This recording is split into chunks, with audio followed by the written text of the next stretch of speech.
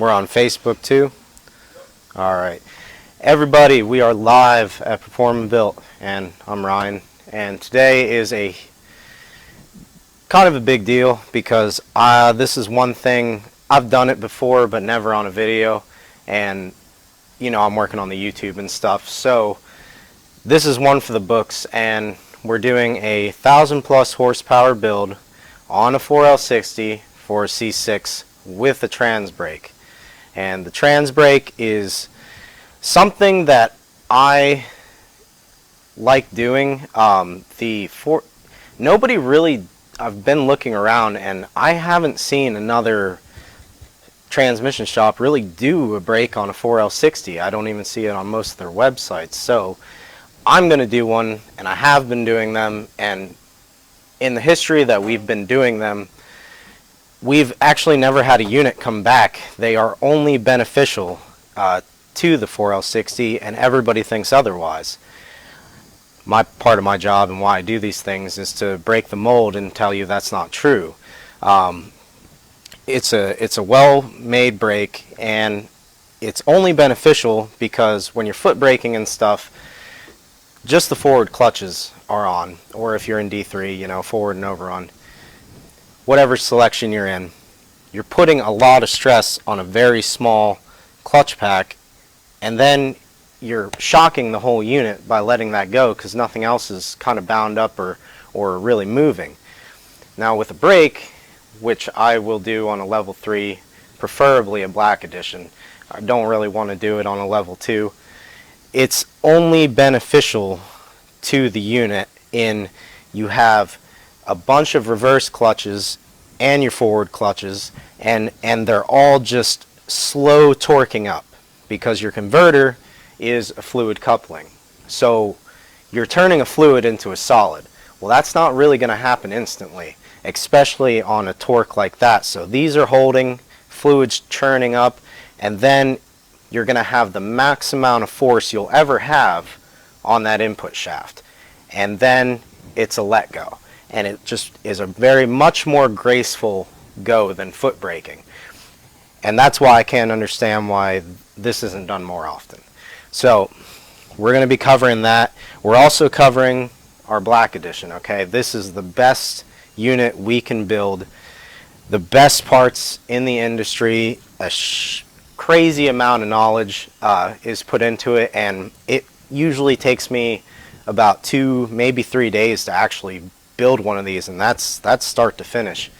So everything is extremely looked at. It is extensive, and it just must be perfect, and perfect half the time isn't good enough here when you're building a light duty transmission to handle this much amount of power. Now we rate our transmissions for like a 3,600 pound car. That's kind of where our ratings come from, and we are conservative. So whether you're getting, you know, 5, 7, 8, 9 or 1,000+ handling, that's what we base it off of. Things change with the black edition though. We've been running this thing and building it for the last 5, almost 6 years now. We've had no failures, minus a couple weird instances where a guy ran the wrong converter or something. No big deal. We fix it.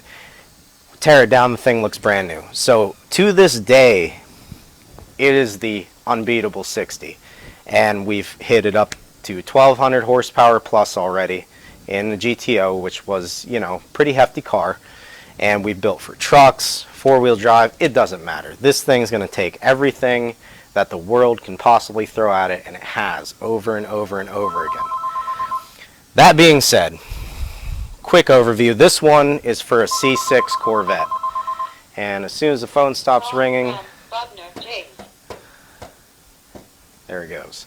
Alright, this one's for a C6 Corvette. You know, it's got, this one's going to be a little different. It is kind of the 05 setup, as it has an LS engine where most Corvettes would have that LT shaft. So some of the things you'll see in this video you may not be familiar with. It is a correct build, and you know, just kind of soak it in. I'm going to be going extremely in depth on this one, the do's, the don'ts, you know, why this is better, why other things are not, and just overall, this is probably going to be one of the most intense videos I've ever done. And I'm doing a lot of things from scratch too, like the drum and the pump, for example. I actually don't need that. Well, I'll show it, I guess, unless you just steal it from me. We're sharing tools. But, so some of the components we're using here.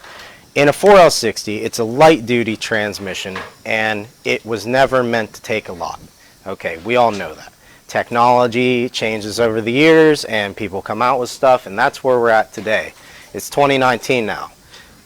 Things of the past are done. Let's get rid of those old myths. Yes, it can, and it has, and we've been doing it. You have companies like Sonax, Borg Warner, even GM with their OEM planets. Just better stuff. So, I guess jumping in here, we're going to start with the case. Pre-done, you know, like I said, this has took me about 3 days. So the case is done with the low piston seals, the bushing, it's cleaned up, sanded down, flat sanded. It's got to be perfect. And, you know, installing a brake simply isn't a bolt-on thing. It doesn't work that way. There's a lot of clearances that you have to tighten up in here that I normally would never even touch because it's just not necessary. But in this case, everything from the bottom up has to change, including as simple as removing your little check ball down here for reverse. That's got to go. So it's small little details like that that make a brake actually benefit the unit over just not having one at all. Furthermore, I guess getting into it, I'll explain things as I go like I usually do. And bushing done, that being said, we'll start with the rear ring gear here. And this is stock, doesn't need to change, it'll hold plenty.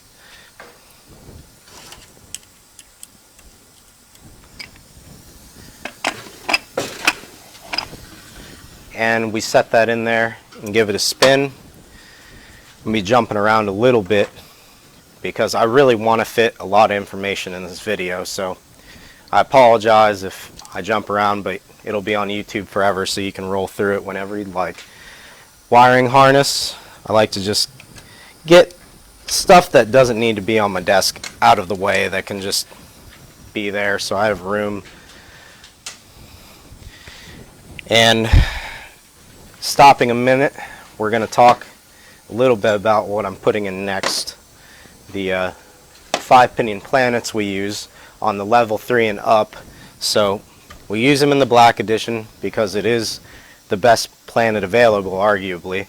And what the real job of it is it spreads the load better than the 4-pinion planet. Okay, so when you're talking about, you know, things are always being shoved back and you have forces at play, this is why this works pretty well. It spreads the load and makes it a lot more durable of a situation than a 4-pinion would, even though the 4-pinions are plenty strong. And a lot of that really comes from the material they're made out of, whereas this is a little bit different material. So we have our bearing, everything spins, and we're going in. Nextly, one of the next little Transbrake modification. And if you ever buy one, it comes with a really nice set of instructions. It's easy to follow. And you'll just need some little tools. I recommend a Dremel. You will be drilling a lot of holes for a Transbrake. Excuse me. So one of the things that comes in is what we normally wouldn't do is mess with the low reverse clearance. In this case, since we are bringing those clutches on at a very odd time, we don't want to shock the unit ever. That's why hard shift kits are bad. We have 2 sets of specialty steels here, which I will putting in place of the wave plate just to tighten it up a little bit. We want to check if they still got a free spin nice, but overall it's going to give a nice apply when you're coming into the starting line and bumping up to the light. So these will simply set in one on top of the other. And then we'll go right into how it would normally be with a steel. And then we have our clutches. We're still using the Borg Warner commercial clutches for our low reverse section, and it's just because we've been using them for years. They are just a wonderful clutch that holds up very, very, very well.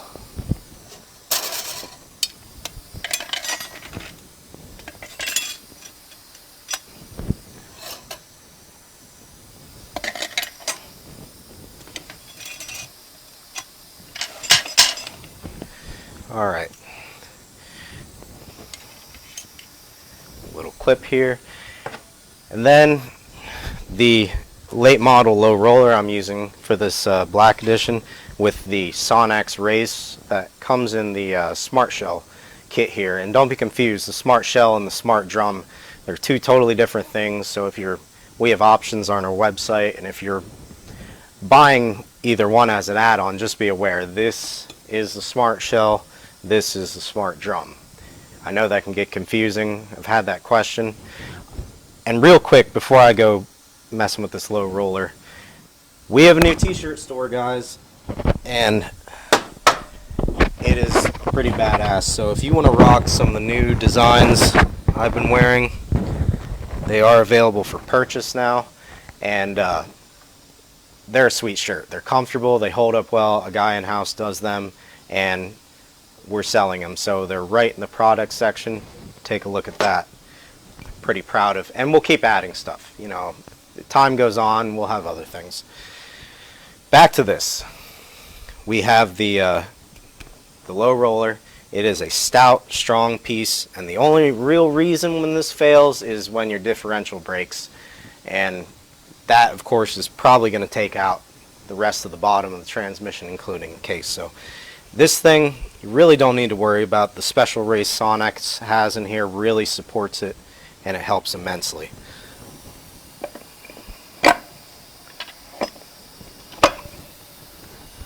And we'll set that in there with our snap ring.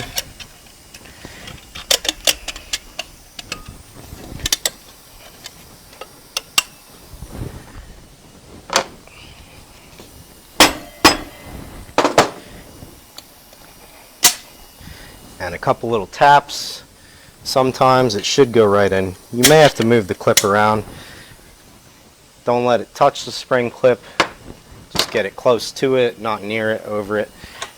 Now when you're doing a brake, this is where I go back and I make sure we have a little clearance. With these two specialty steels, we come up, normally we're looking for about a steel, right?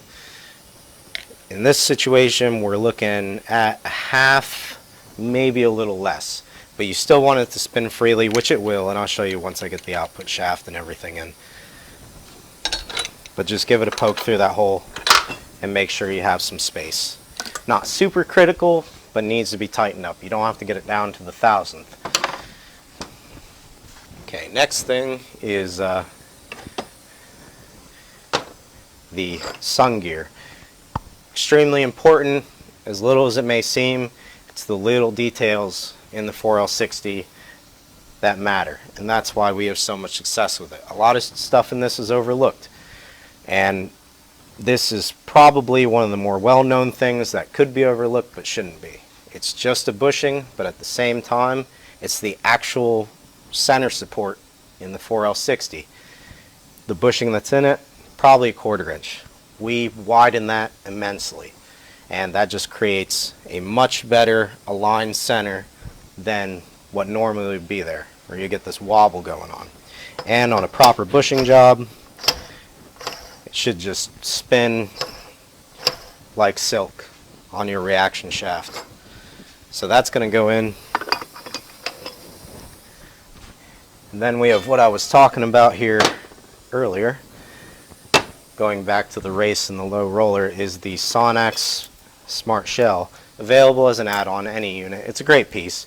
It's pretty inexpensive, but it's a little bit stronger than the Beast, I feel, especially the race area, and it does come with a bearing, which is I believe in bearings. I really try to use, the bearing style type races over anything, just because, the less friction you have, the better it's going to be. The really big thing that makes this stand out is it's balanced more well over the beast. So if you have a high RPM application, let's say we're going 7,500 or over, get this. It's balanced, it reduces vibration, and it's, I think, the strongest shell ever made, really.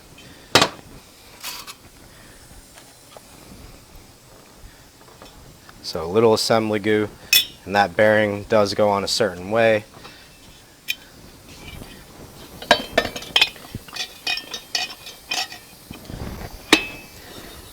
And this one is, it's machined to be extremely tight, a little tighter than the beast. You will need to push it down on that gear a little bit, give it some coaxing. Okay, next thing's our reaction tube. Nothing real special about it. Just OEM, they do just fine.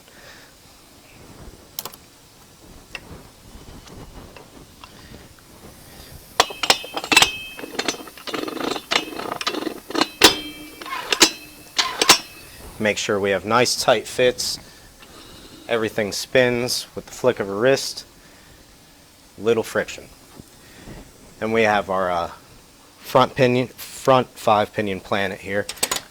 Once again, does the same job as the rear, just spreads the load better overall. So that alone, when you're talking science and physics and all that, it is beneficial, even though the material of the 4-pinion is actually stronger. It reduces the stress overall. But the 4-pinion, they will take some abuse if you don't shock the unit.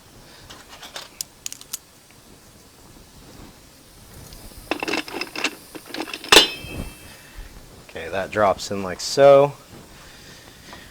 Now moving on, we have I use mostly Sonax parts. They're tried and true. We've been using them since they came out. There are other billet output shafts available, but I like this one.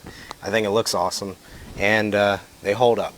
So for 1,000 horsepower or over, highly recommend this. And again, that's in the average car. If you had a big heavy 4-wheel drive truck and you're close to 9, you might want to consider this. It's just a lot more stress and everything. But this is for the Corvette, so he's going to be gripping and ripping with his brake.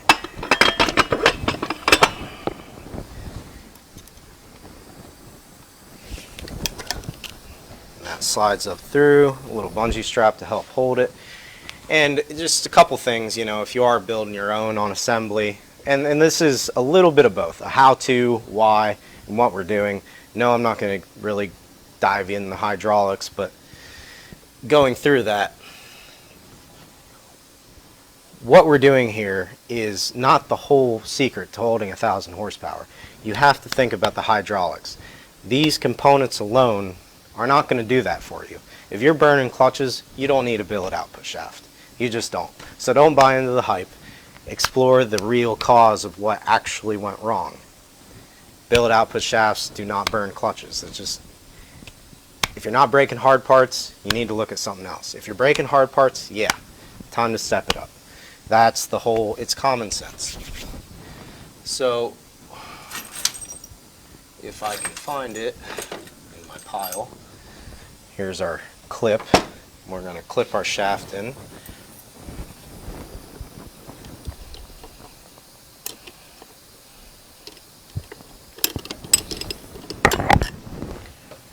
Okay, it should be a decently tight fit. There should be a teensy amount of end play on that, and that'll all even itself out once we get some other things in there. Alright, so everything's spinning nice, spinning freely, locking the way it should. That's what we're looking for. Everything in a transmission, even installing it, should go fairly smooth. There's no need to rough up anything at all. I guess we'll move on to our Sonax smart drum. that being the next component. And again, we have a billet output shaft here. This is a great drum. There are other drums out now. You know, as I said before, technology and the time goes on, people come out with stuff. Well, this has been around for quite a while.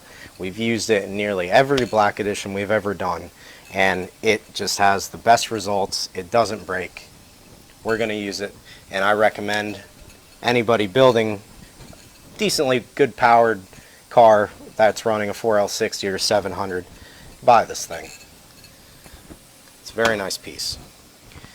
In the kit that you'll buy with Sonex, you know, they include a sleeve and the billet overrun piston and all the fixings basically to really make it the ultimate drum. And all I've done here is I've just checked the threads. I left the bolts in there.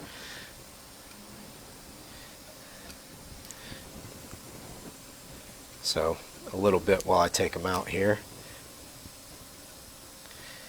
Try not to lose these because there is the exact number you need in the kit, and if you lose one, that's got to be annoying. They are very tiny.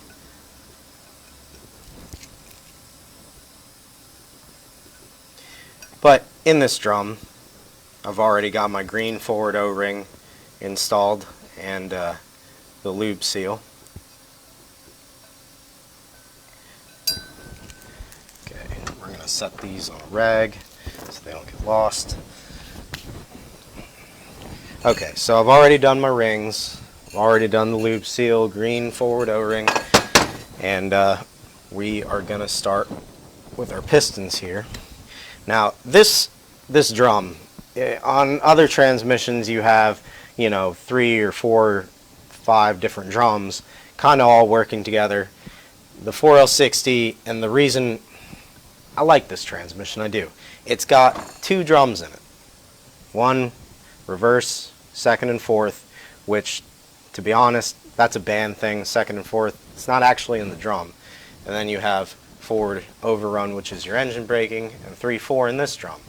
So this transmission, the reason why it's great is it is a light duty. It's very tiny, it's very light, and in all honesty, it's incredibly efficient in how it was kind of put together.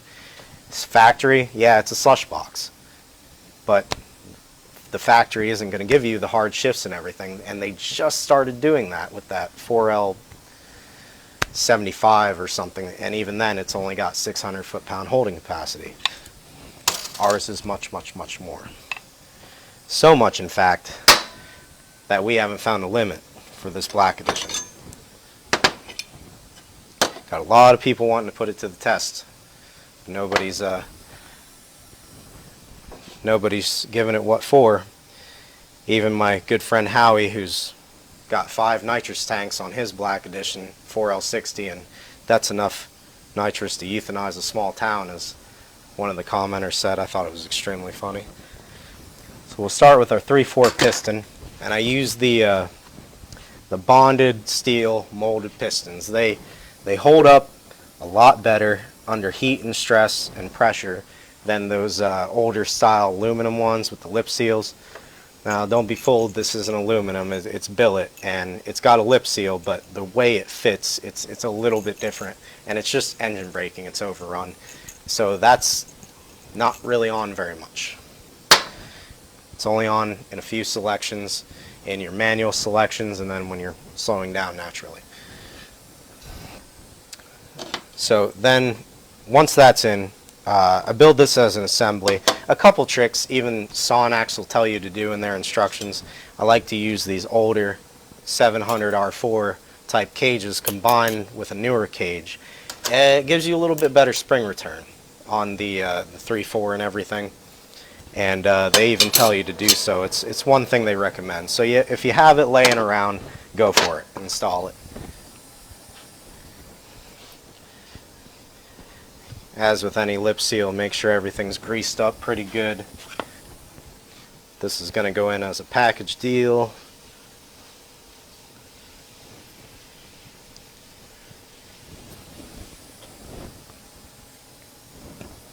I'm actually going to pull that back out. I forgot to throw a little grease around your green O-ring. That's one thing you definitely don't want to clip. It's just annoying to start this drum over.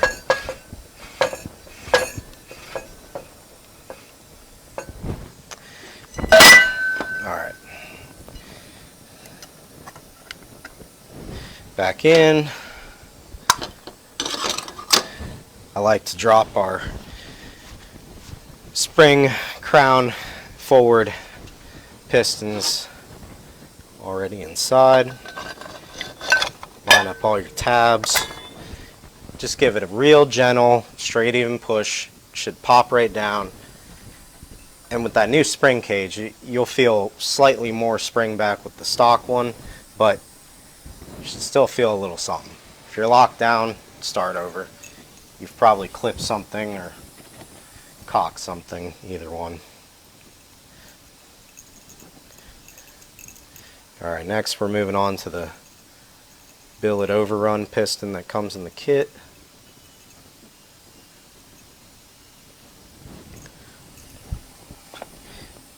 This I like to grease up. Normally you use a lip seal installer. I kind of do it differently. I give it like this twist and push type deal.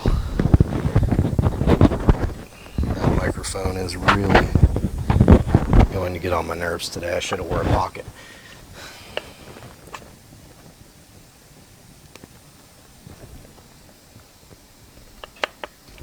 Okay, that thing I like to twist, I like to push. She usually sinks down, unlike most lip seals like the reverse drum where you have to use a little green disc or an actual lip seal install tool to do it properly.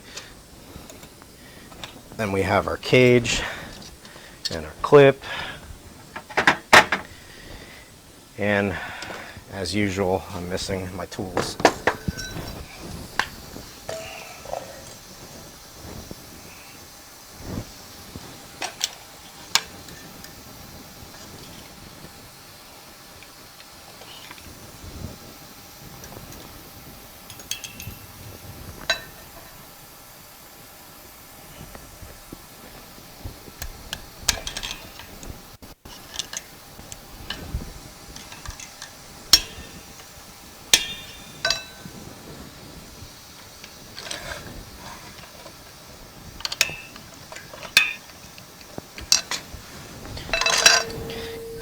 Okay, with a sleeve kit and everything, and the little bit stiffer spring cages, it will change your clearance slightly. Be aware of that. And getting that clip in, all that being said, can be somewhat challenging. Just give it a couple pokes. She should sink right in. There's 4 little tabs on that sucker, on the spring cage there, and you want to make sure that opening's between those tabs. They are there to prevent it from the clip from blowing out, shooting all the guts out of it, and then you'll have a hell of a noise if that happens. So, all said and done, we are going to work on one of the components here that's extremely important next to the pump and input drum. If this breaks, you could lose everything. We use a dual cage sprag that is very good. It's made by Borg Warner, and it's just like the Sun Gear. It's one of those little things that should just be taken care of, and that's what we're doing here now. So this is like a big bearing race. It's your forward sprag. It matters a whole lot, and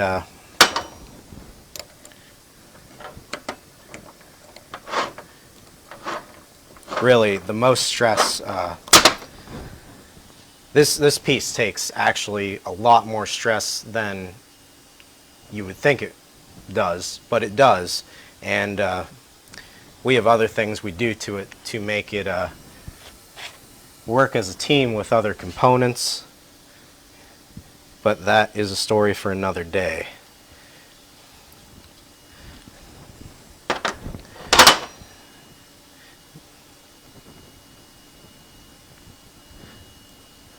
So one of our little features that most companies, and as far as I know, we're pretty unique when we do it, we actually help support this little guy, because frankly, when you're going over 1,000 foot-pounds or even close to it, it needs it. It could use the help. Now this does go in a certain way. If you're installing Borg Warner, a little helpful tip, there's a ridge here that goes on the back side of this, and you can't ever fail. Twist, lock, and the top race, and your clip.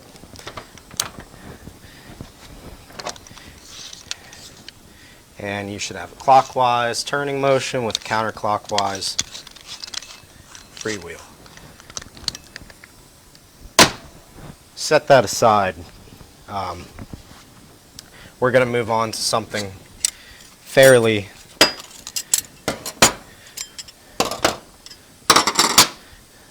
stockish. Normally this kind of goes together how it goes together, forward and overrun. So in a Transbrake situation, it's usually okay how it goes together, but if you do happen to have you're mixing up plates or something and the clearance is a little much, that's something you will want to address just a little. Just bring those clearances up with a brake. We'll start with a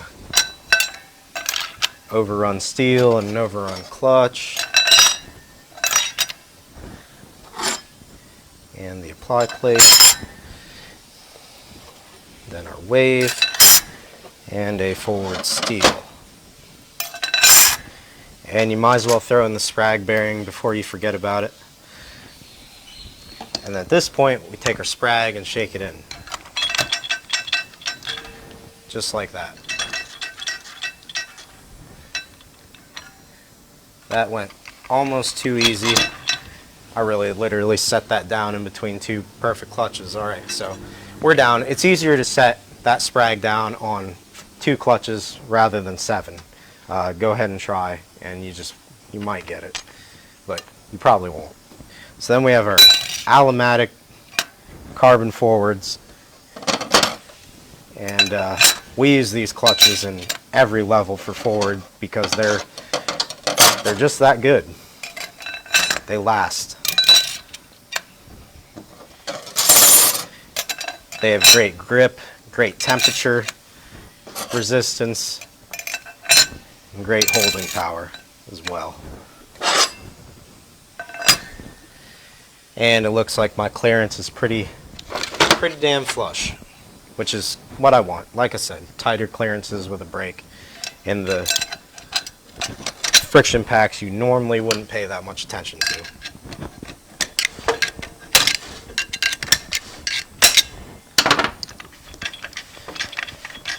And you want to just check your actions. You should be able to turn it clockwise and free spin counterclockwise.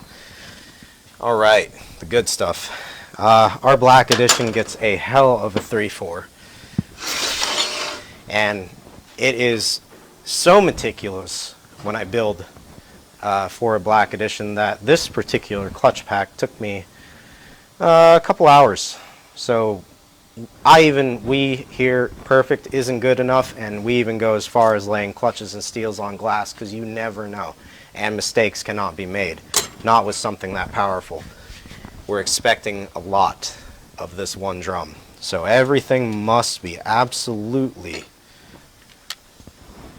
perfect, if there ever was such a word. Now, the reason why this whole drum was created is because it flexes. The stock drum, it will flex. You know, you're putting that much pressure and that much surface area, and it's just, the energy's got to go somewhere. So it's actually just trying to bow all that out. This drum, because of the cap they made, which encapsulates over it, the bolts, the thread size, pitch, all that are factors in with this clutch pack. And these two very nice plates and the cryogenic strength of the drum keep it very straight. And that's what we're after, because there is no room for error with this clutch pack. It is demanding, but we've strengthened it, you know, double the strength really overall. So we'll start with the bottom apply plate. Then I have a special clutch setup here. I'm using 9 Ray Bestos GPZ clutches. They're carbon graphite. They're really nice. One of the best clutches out there. And then I have a big fat steel in the middle, helps with rigidity, temperature control, all that good stuff. So we'll start layering them in.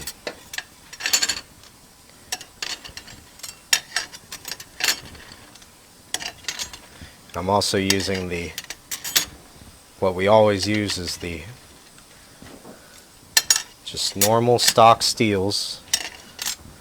They're just plain Jane, they're not choline or anything crazy like that. You don't need that stuff.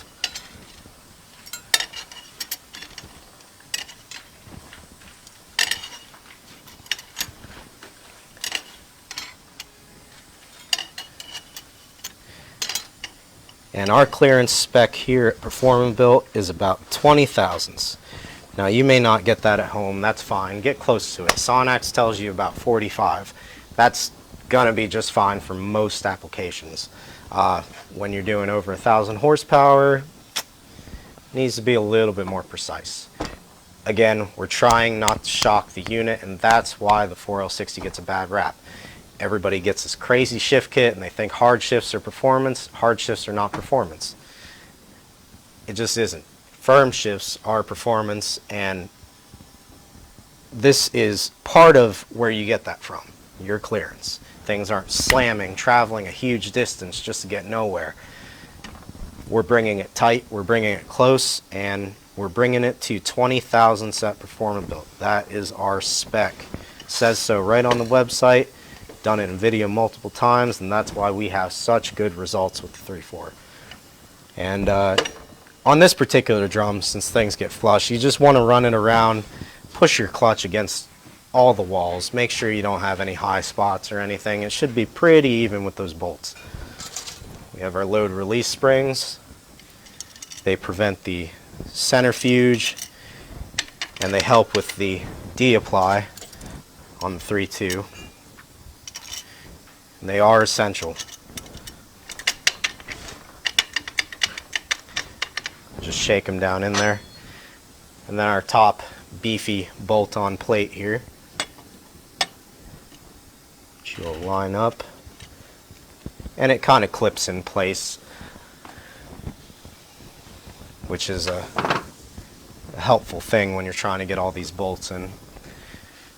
Alright, this part's going to be a little boring. I'm going to ramble, but you're just going to watch me put some blue Loctite on these guys and go down on them one at a time.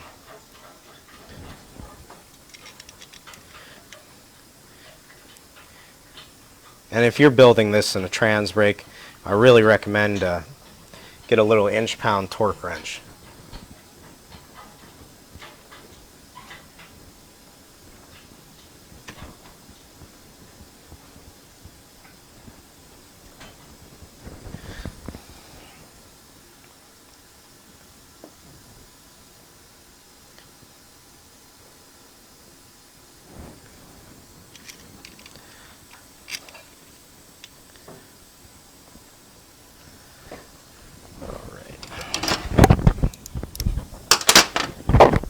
Yep. I'm going to be fighting with this mic all day. I know it.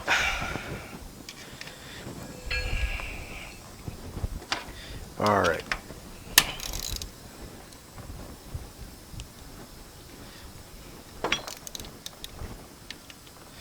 We're just going to sink these bolts down as we go.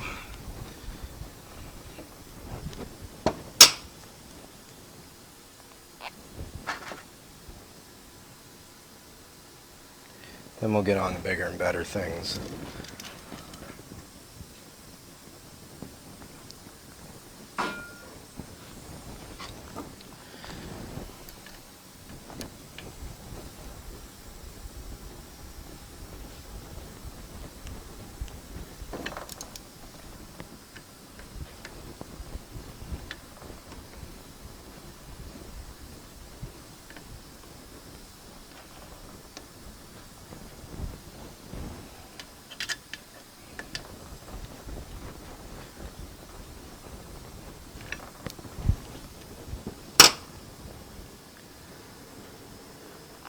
I hope I'm explaining things, you know, any questions that you might have. I hope I'm covering that. But I can sort of see some chat that's going on. It isn't actually up to par or anything. It's kind of laggy, but you know, by the time this is done, I'm pretty quick. I may see it and I may be able to answer it. So go ahead and type a question if you want. Depending on Facebook's mood today, it may show up.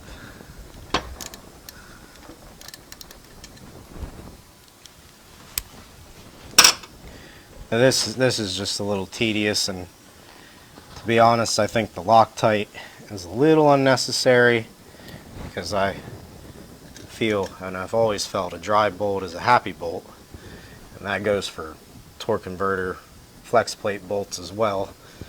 But I'm going to follow Sonax's instructions like I always have. You know, they made it, they know best, and we're just going to do it the right way. But speaking of torque converters, while it takes 15 whole minutes to do this, don't use your red Loctite or anything. It's not necessary. They should stay in there. If they do, use a little blue. It'll do just fine. I just did a nice post on converter spacing. So guys that missed that, please check that out. It's helpful. It just kind of, you know, if you are unsure, it just shows you what you should be looking at, which is a minimum of 1/8 to a max of 3/16, which is really what I prefer personally.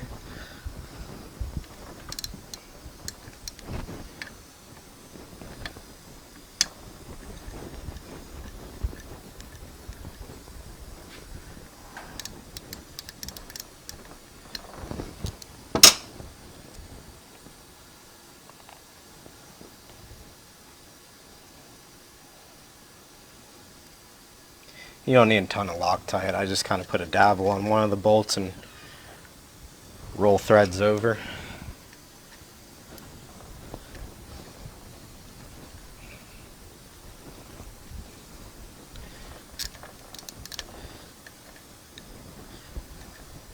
And what I'm doing today, really this build, I don't really recommend anybody who hasn't done this quite extensive of a build to a 4L60. Like, I don't want to see anybody spend a lot of money on a lot of really expensive parts.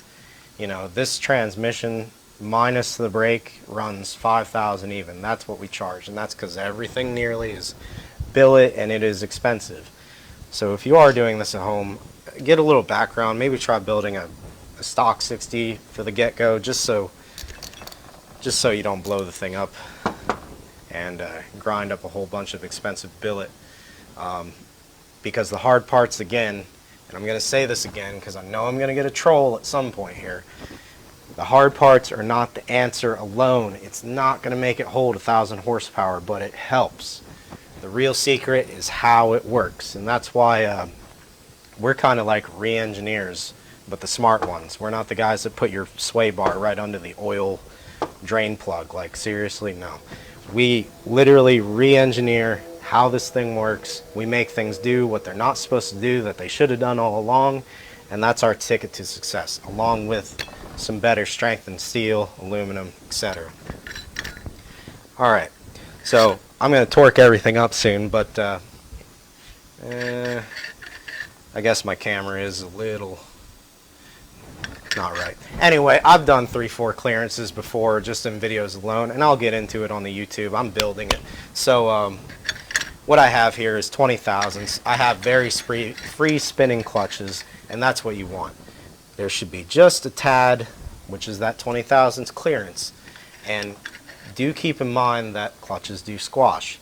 Everybody's going to tell me, or a lot of people will, that that's too tight. No, it's not. Clutches squash on some hard hits, and they will squash about 10 to maybe 20 thousandths. It depends on the clutch. So that being said, this will be perfect. And another question that I've been getting is, you install your clutches dry? Yes, I do, because the clutches are much better than they used to be. That is an old school thing. It's not unsafe to do, you know, by all means do it, but when oil is cold, you're feeling the viscosity over actual clearance. You know, when oil's hot, it's virtually so thin, it's irrelevant. So really, when you're measuring clearance as wet, you're going to feel stick and slop and just the viscosity of the oil rather than what actually will be here when the transmission is up to temp and taking its hardest beating as it's going to take, unless you're a crazy bastard and run it cold. But there is no such thing as too cold. Let's just say that. So just shake everything around. I'm using I think these bolts are H4. And we're going to torque them up to a tight fit. Sonax spec. We'll do a little cross pattern here.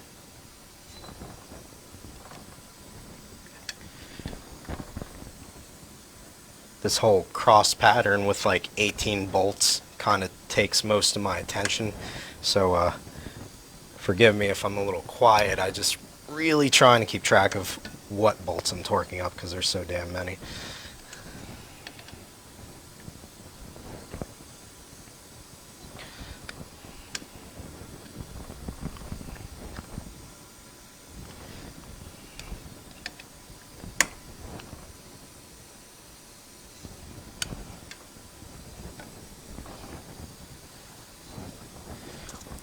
What I usually do is to make it a little easier on myself or whoever, I like to do the outside bolts first because they come in groups of 3.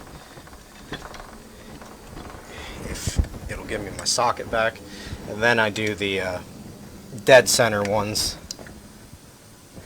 after I've done the outsides.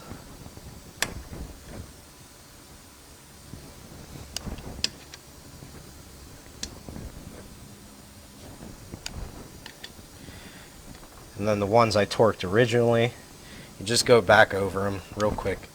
Because this thing, it is sensitive. Like I said, there is a lot of pressure pushing on this clutch pack into the open void, into the sun shell. And, you know, think about it this way.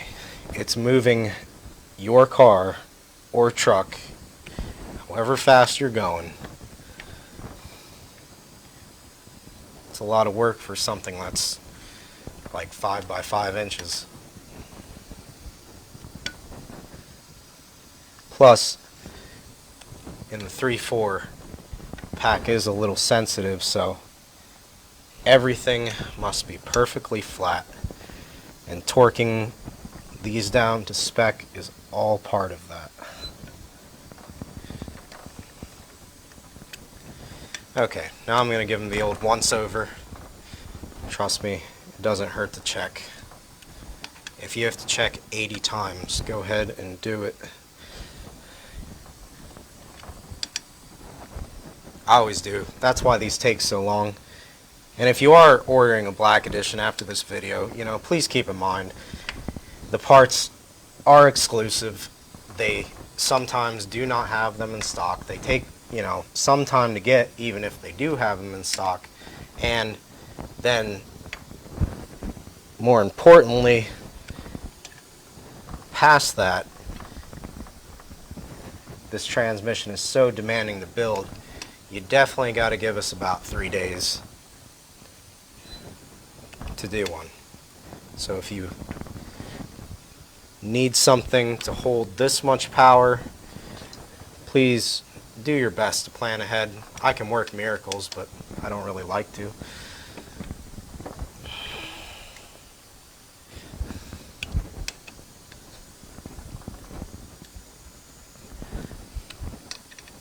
And then the brake makes it even more complicated,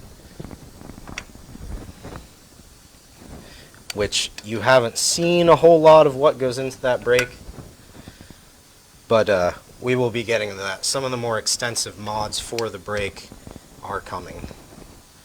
And I seen Paul, he asked, what trans oil do you recommend? And that's a great question because I get that every day. These 4L60s will run on Dex 3 or Dex 6, Dex 3 or better. Just pick something good quality. And I know this sounds crazy. It isn't the type of fluid that's important with these transmissions. Each transmission really is a whole different animal. You know, some are extremely sensitive to torque specs, others are not, kind of like this thing.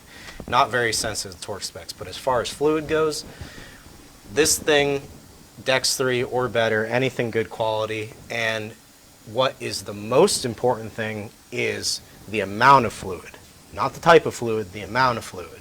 So typically a stock setup with the radiator, cooler, and all that, that's going to take 13, maybe 14 quarts. If you're running a bigger converter or a smaller converter or a True Cool 40K or some other external cooler and a deep pan, you've just changed everything. So the only real way to tell, and this is more important than the whole video, I think, to even a stock 4L60, is this Corvette obviously doesn't have a dip hole, but if it were here, even GM, OEM dipsticks are off. They are not full. Low car, not full. None of these dipsticks are full. Fits all, I don't care what you use. If you have your transmission and it doesn't have 200,000 miles on it, in which that case, please do not touch it. If you are running one of ours or somebody else's or whatever, mark your dipstick at the pan rail. That really is full. And, you know, most of the time these dipsticks are like a quart or 2 quarts off. I actually have a photo somewhere on the Facebook now demonstrating that if you ever cared to see. And honestly, in my opinion, to answer Paul's second question, I personally use the cheap stuff.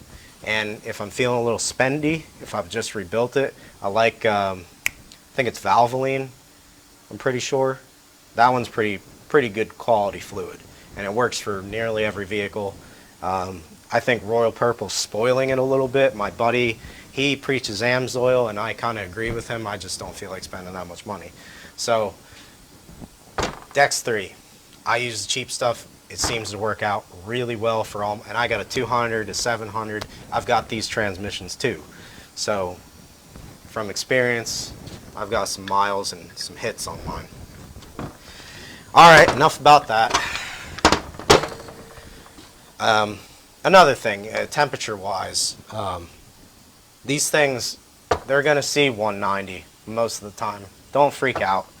190 is normal. If you can get it to run cooler, by all means, like I said, there's no such thing as too cool.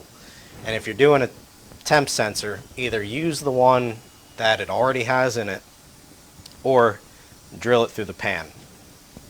That's where you're going to get your most accurate temperature reading. Don't go through the case port. You're just going to measure case temperature. That's venting off fluid, you know, or venting off heat from the fluid. You're going to get a false reading by however many degrees. It really depends on the situation. Back to it. I've done our rings here, our solid Teflon rings. And I'm using we're going to go with 70.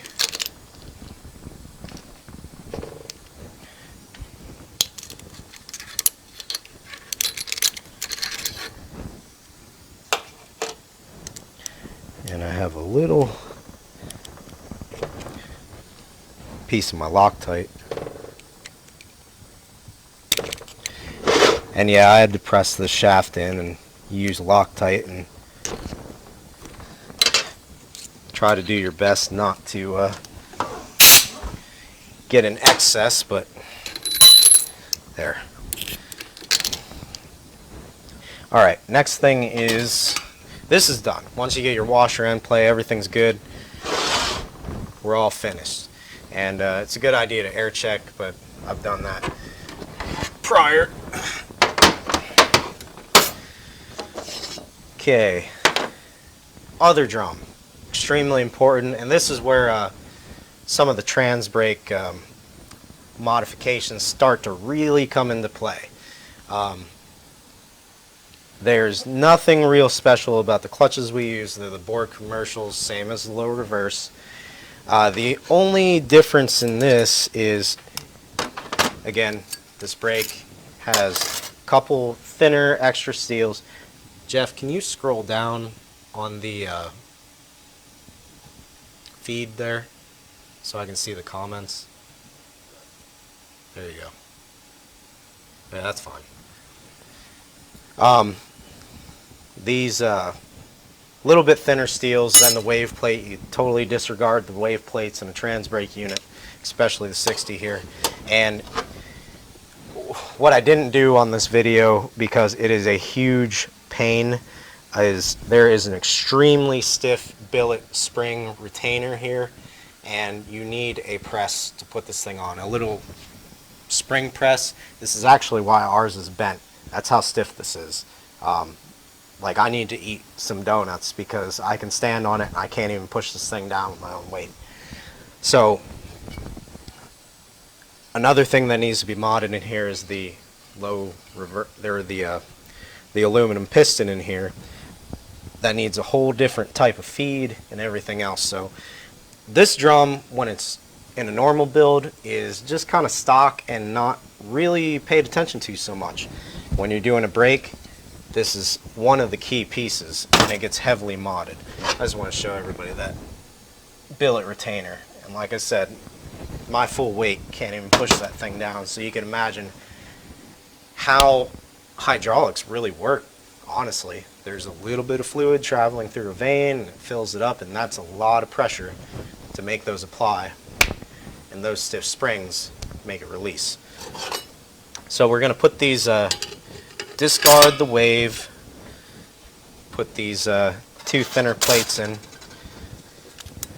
and they really purely are for tightening up the clearance just a tad, if needed. Then we'll do the old clutch steel.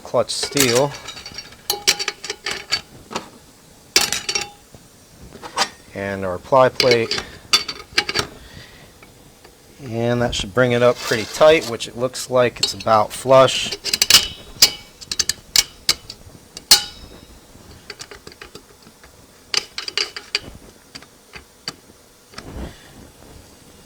And we probably have about 10 thousandths or so, maybe 15, but that looks really good. And that's definitely one of the clearances you want to look at, because this drum, it's spinning extremely fast when it's not on. And then at the same time, you want an pretty even clearance between this and this. You want everything to kind of evenly apply when you put that brake on. So there's a little bit of extra paying attention to, but I promise you it's not useless. It's very, very worth it. Okay, that's all said and done. Same thing here. Shake it down. Then the other portion of this bad boy is that surface right there. This is where your 2/4 band rides. Just like so. We take advantage of the entire surface of this drum. The OEM band, it's about maybe 2/3 as big. You know, I know a third doesn't sound like much, but when you're multiplying it by how round it is, the depth, the distance, it's a big math problem, but it actually adds up to be much more than you think it would be. Then on top of that, carbon Kevlar 2/4 band, unique blend that we use, and Kevlar's got good heat resistance, carbon excellent gripping power, temperature control. Same with the Kevlar. So you get the best of both worlds with us, really. The red band's a great one, but when I'm jumping up there 800 to 1,000, I really, really like this band. So that all being said, I'm going to shake this drum in.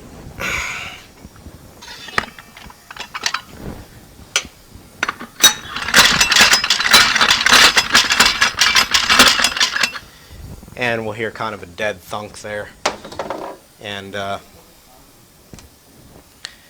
your bearing and washer and everything, it'll look like it's not actually sitting on it, but this drum actually sits on the sun shell, so don't really be too confused by that. Next thing we do is slot in our 2/4 band here. Nice and easy. Take a screwdriver and our anchor pin, move it into position, and get her done.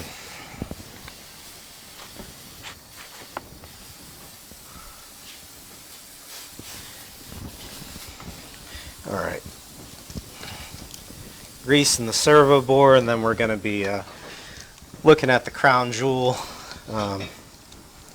We have our red Sonax Super Hold servo for second and fourth. And this one I've already put together. It's just one of those little meticulous kind of things that I really didn't feel like doing, but if you're building your own, it's easy enough. It's just a couple pieces.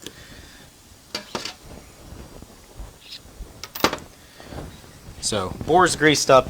These bands, they actually are kind of tight, so I am probably going to need to shave a lot more off this pin than I already have. I've pretty much guessed where it's going to be that because I do this so much. I usually get it, but in this case, we have our Super Hold second, nice big surface area here, part of that math problem, and our Sonax pin with the Teflon seals prevents a lot of bore wear, and even if your bore is worn out, this may actually fix it. A great, cheap, inexpensive, necessary modification in my book. Little details, remember that. So we have some D-rings on here, and if you've ever put a D-ring on, do not twist them, be very careful, pinch and tug.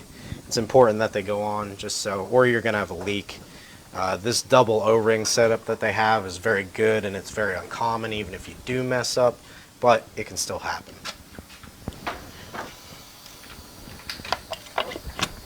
So I'm going to plug that in, gold washer that the Sonax Super Hold 4th makes you use. And the reason why this is awesome is because the stock one, it barely kind of sticks out. It looks ugly, it's like a little gray nipple there.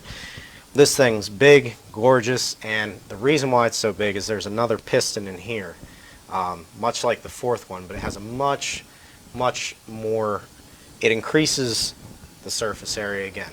So when you're, this is what I got back to, where if you're not breaking stuff and you're burning up clutches, this would be something you want to look at doing, not buying a billet input shaft. It is not going to fix your problem. What we're doing here between the band and the servo, we're using components that actually increase holding power, not so much strength of components. It's just all a big theory scenario kind of a thing. You just have to think about each component working with another together, and then you get this really badass result when you've got everything just right. Something important here, the external O-ring. I take that off because it's a pain in the ass to dig out of the case. It makes it much easier to set your clearance, which this really is live and something I haven't done, so here we go. Wood clamp from Lowe's or Home Depot. Extremely handy. You can be totally lazy about it. Sometimes the band likes to flop a little bit, but bring it up on its actual mating surface. Oh boy, I might just be it's a hair. I mean, I'm talking like a cut and shave kind of a deal.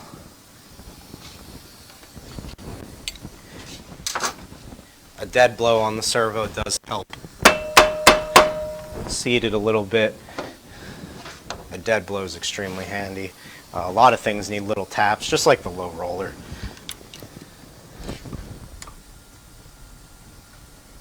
Okay. I think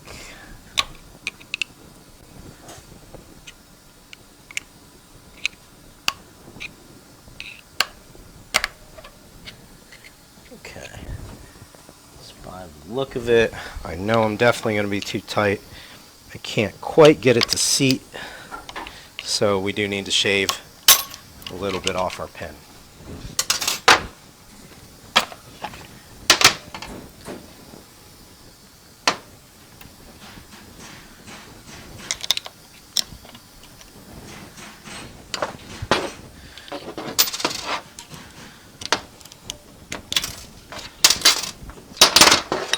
So shaving a little bit off the pin, good old bench grinder does the job.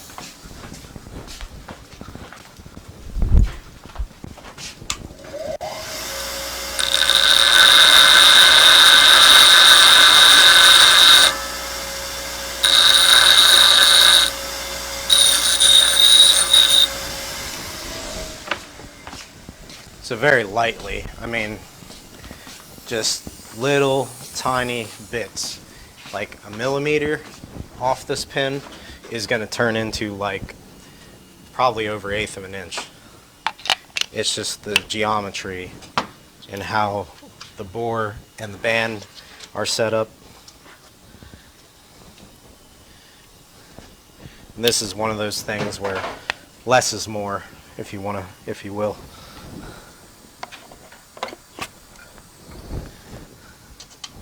Don't forget our washer.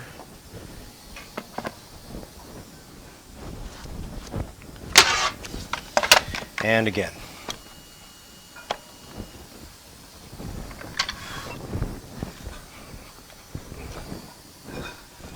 I think we got it this time.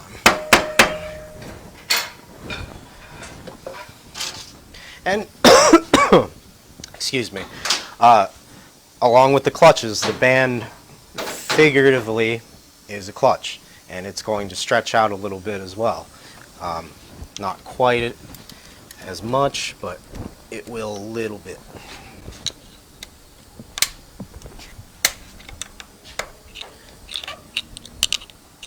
Okay. Have the clip in, but we are still locked down, I believe. Yes. Okay, so little bits at a time. Before we couldn't get the clip in, now we can get the clip in, but the band is still too tight. So we'll just shave a little bit more off.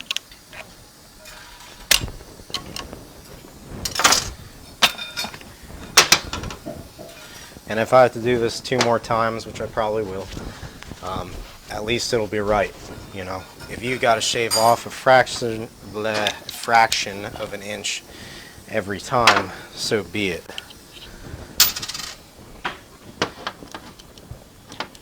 Do it once, do it right.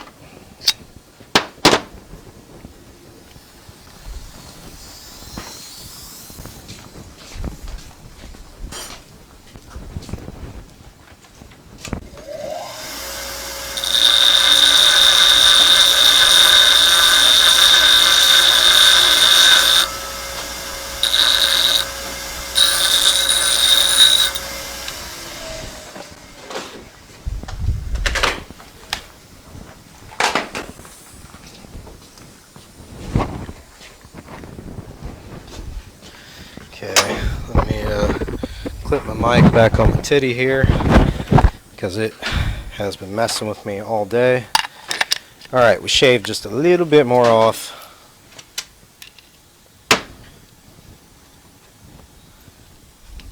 Put our springs and washers and clips back on, check your movement.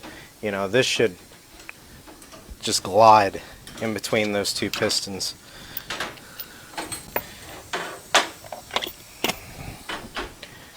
Much like everything else in this transmission.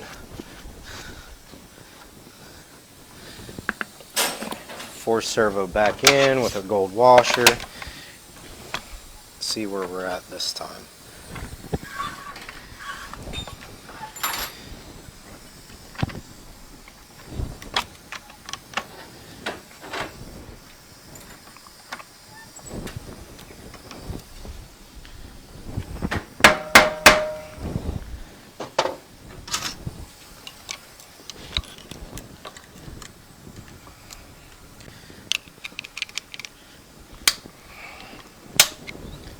Okay, I think we might be there. That was nice.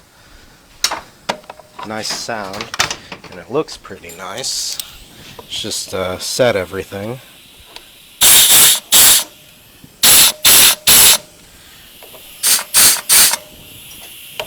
Check 4th.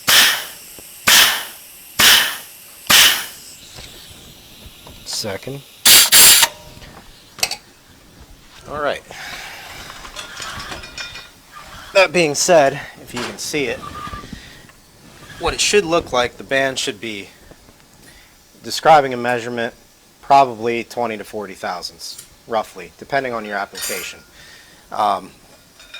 This overall, you want it very close, minimal pin travel, and you should be able to grab the input shaft with your bare hand and spin the entire assembly. If the drum doesn't spin by itself, it's probably just a little bit too tight if you can actually turn it with your hand. If you can't spin it at all, it's just locked down. Now, this isn't quite a true band clearance because normally you would put the pump in, but that's the proper way to do it. I've done it so much that this is going to be exactly what I want it to be. It doesn't change that much once it's centered.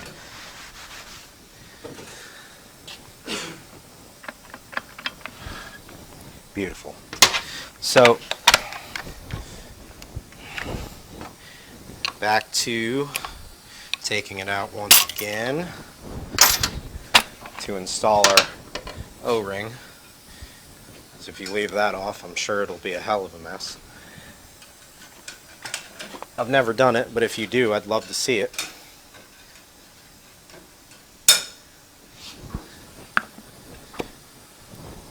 A little chaos once in a while is good for me.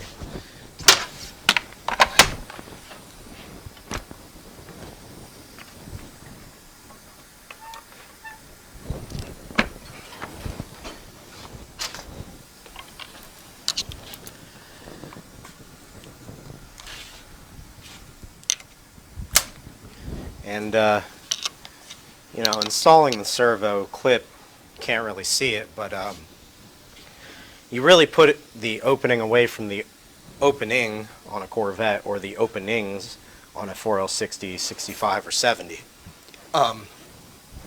This will actually help increase the rigidity of the overall holding the damn cup in, and also it will make taking it out and putting it back in a lot easier, and you will thank yourself, or the guy doing it will thank you. So we let that go. We're all done with this. Let's give it another one-time air check, make sure our seals are good. And up here in overall, feel around, no leaks. If you can feel a leak with air, you most certainly will feel a leak with fluid. That's just a fact. Alright, home stretch, everybody. Once again, this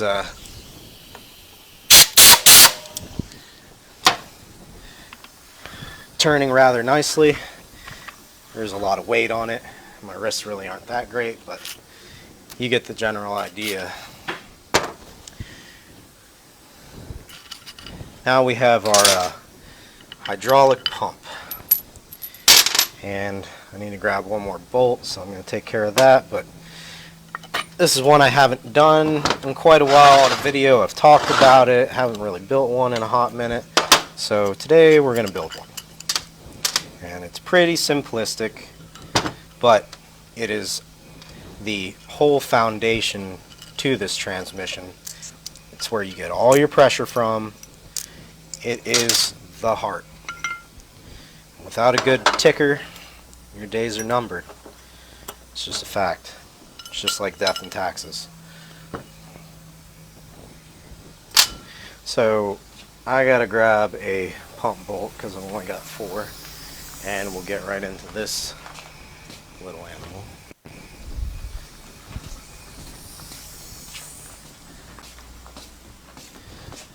Alright, so the pump. The pump is, like I said, the heart. And seeing as, you know, the automatics are full of leaks. They just are. This thing is incredibly sensitive, but it's a real badass when it's done right. A lot of these other pumps are gear driven, so they're extremely sensitive to alignment and everything else, more so than most. And they don't quite pump the volume of fluid that I like. This thing, with its little 13 vane rotor, which we convert our 200, 700, and 4L60 pump all the way up to 1,000 over horsepower, We use a stock 13 vane rotor. The 13 pumps a little more than a 10 or below, and it's just a great piece. And there's no reason it should break. Something about the pump here, if you're breaking rotors and shit all the time, then you have an issue outside of the transmission. It's not the line pressure. It's not because it's a 13 vane and they're useless. No, that's just wrong. Don't buy into the hype. The only two things that can ever cause that are a worn out flex plate or a faulty flex plate. I don't care if it's new. It needs checked. New part. That's why I layer clutches and steels on stuff. I need to make sure they're straight. I need to make sure they're perfect. Same with flat edge on the reverse drum surface or this machine surface here. There's no gasket in between. We don't want leaks and cross bleeds. It must be perfect. So I don't care if you bought a new flex plate. If you're breaking pumps, check it. Doesn't hurt. Otherwise, how many times do you want to pull it out? How often are you going to get sick of it? The other thing is converter clearance, something I was touching on a little before that I just did a post on. 1/8 at the minimum to 3/16. If you've changed your motor or you've changed transmissions or you've changed a converter, all this stuff is practically machined over and everything anymore. So things change a little bit, and that little bit is probably just enough to throw it off. Even if your setup might have been fine before, you make a change, it's not going to be fine anymore. It needs to be checked. Now, how to do that is, since I have this little piece out here, with your engine and your transmission and your torque converter in the middle, everything will be housed, bolted up to the block, and you'll shove the torque converter back up against these two teeth on the rotor, and that's what breaks usually. And you'll just throw a bolt in with a few shims, even though you probably won't need any shims. Don't take that to heart, because you probably won't. But if you do, put the desired amount in and check it with a drill bit. It's the easiest thing to do. It's 1/8 to 3/16, and that's going to make it set in right about the middle of this rotor, where it can have room to move in and out. And that's what it does. It moves in and out during acceleration and deceleration, and its stability. If you're just plugged in, balls to the wall, it's going to eat this face of the pump alive. Or if you're hanging out there, it's going to come out totally and try to jump back in when the tabs aren't lined up and just smash it. And trust me, you can tell when that happens. So those are the only two possible reasons this rotor will ever break.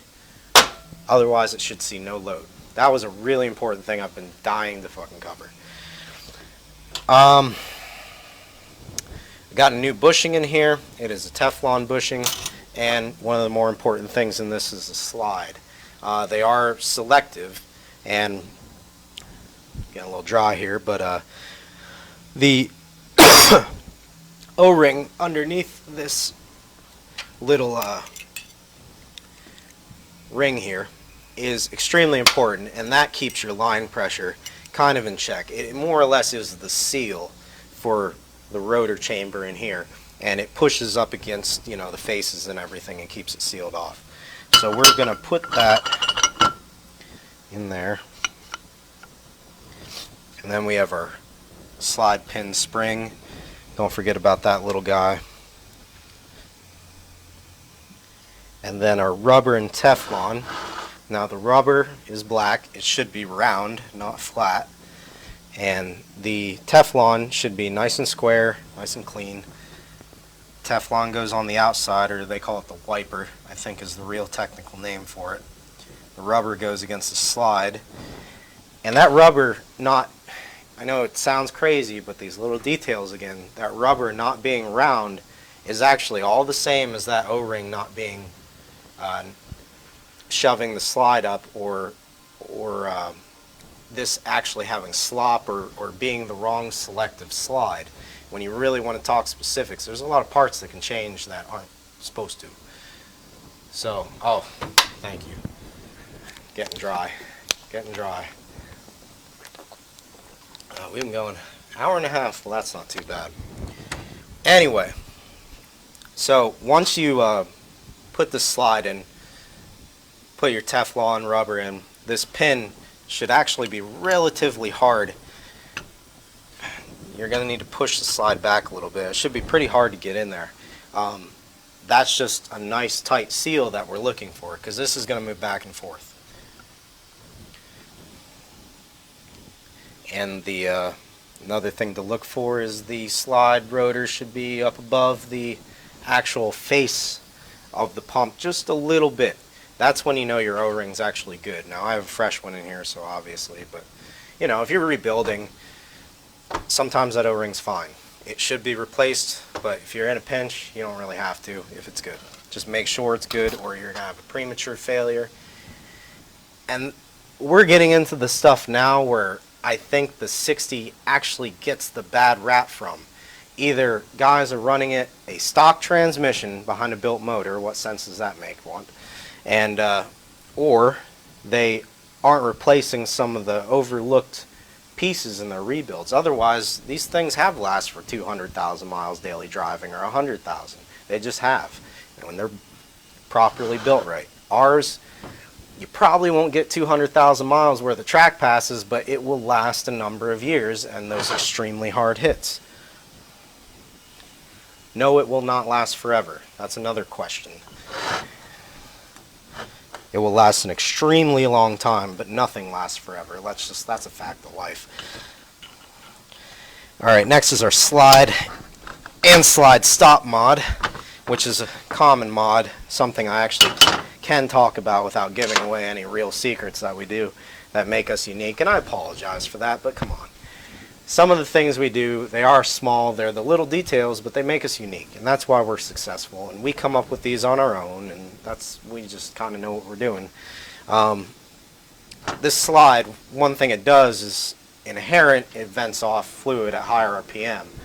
Well, we don't want that. That's bad news, especially for the 3/4 clutch pack. So, a little trick, Sonax sells a slide stop, and it just sticks the slide, prevents it from traveling too far. It still needs a little travel, but keeps it from traveling too far to keep that fluid from venting off. And going back to filling this thing and the type of fluid, well, that touches on that.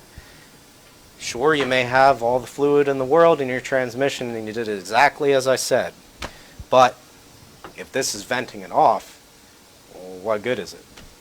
You're starving the actual internals. So this is another thing, little details that we do, and this is why our units last and perform flawlessly. Okay, so we just have our stock 13 vane here, which is next, and it only goes on one way, and I got it the wrong way. There it is. And we started using these hardened pump rings. The billet rotor, to me, is a complete waste of time. It's just an overpriced piece of metal to me. But these hardened rings, I actually like the benefit of these.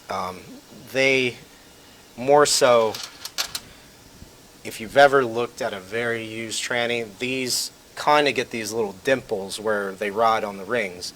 And the ring gets kind of dimply as well. Well, that rotates in here, and if it's got some dimples and stuff, these could catch. And that's no good. So this prevents all that little dimpling, and it just makes everything running in nice whatever RPM you're running it at. And that's what this thing's doing. It's running at 750, 7,500, you know, whatever you're doing. So when things are moving that fast, it's unreal to think about what actually is taking the brunt of the beating in there. And this is something you definitely want to be healthy. So after we get our ring, our guide, and our rotor in, we start layering in these little vanes.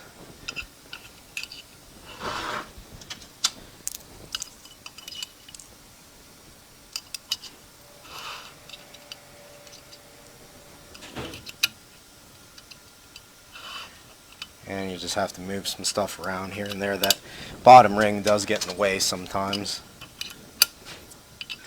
But otherwise, it should be a pretty smooth, straightforward deal. And our top hardened ring. Now, one of the things you look for is this should move very, very little, if at all.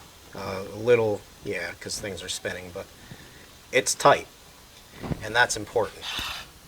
Now it's dry right now, you're going to hear some scratchy noises, but that won't happen once I get a little oil in it. But it should turn very freely. As with any oil pump, a little detail, throw some transmission fluid in there. Some transmission pumps need packed with grease. Please don't do that to this one. It is kind of different, and it's got a lot of forgiveness in it, but it's not that forgiving. So little transmission fluid, it'll help that initial pickup, it'll help that startup, you know, it'll just ensure everything goes pretty smooth as it could. Moving on, the next part is, yeah, you thought this was an extensive animal, and it is. We have our valve train in the pump. Now, we mod this heavily here at PerformaBuilt, so slapping a pump in our unit or just slapping a pump in your built unit is not going to work. Like I said, this is where your pressure comes from, so it must be modified. Lockup is extremely important. A lot of factors have to be taken in when you're doing something as simple and as stressful as locking it up on a dyno. Wide open throttle, your single disc, and your stock converter or your HD converter, it's not going to take it. It just won't have it. And you will overheat that thing in a heartbeat and just melt the guts right out of it. If you are locking it up on the dyno, you need a triple disc, and I cannot stress that enough. Don't cheap out. Get the triple disc if you're going to do any lockup tuning or lockup on a dyno or at full throttle. It just has to be that way. It is a single just will not take it. If you're above 500 horsepower, you need a single disc billet. That'll be just fine. And really the ticket there is not the little bit bigger of a clutch, even though that is nice. It's the billet backing of the converter. You know, when you're hitting lockup, it's the same theory as that smart drum. We have this flex, this ballooning. Well, the converter is going to do the same thing. You got so much force pushing on that clutch and so much power, it's going to start ballooning out. When you start doing that, you take away the flat surface. It's going to take away all the holding power. You're going to be reduced from this much surface area to about this much on each side. And that ain't going to do shit. It's just going to fail, burn up, clog the filters, and you're going to smoke the unit. So really, to me, the converter is pretty much more important than your transmission almost. It's the coupling, if you really think about it. And if you get the right stall speed, the right converter, and you get everything dialed in, you are going to have a consistent weapon on the track. And it's going to maximize all your low-end torque. You're probably, you know, when you maximize torque, you lose a little horsepower, but that's just a fact of life.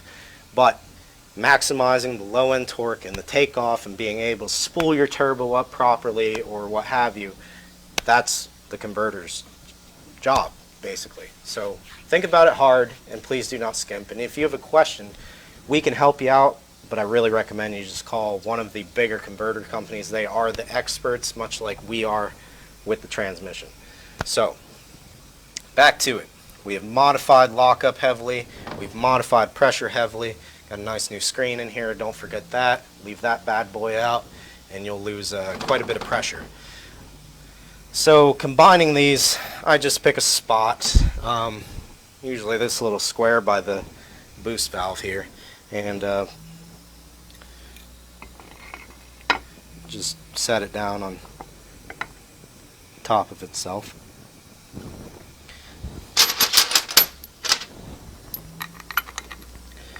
And your 5 converter bolts. Another little tip is the stator. Equally, I mean, it's part of the pump, and I have done a video, but it wasn't that good. It is on YouTube about all the different, pump and drum interchanges. There are 3 different, almost 4 different types of each. One's funky, it can go either way. But there are roughly 3 different types, and they can be combined, but you have to do it in the right way.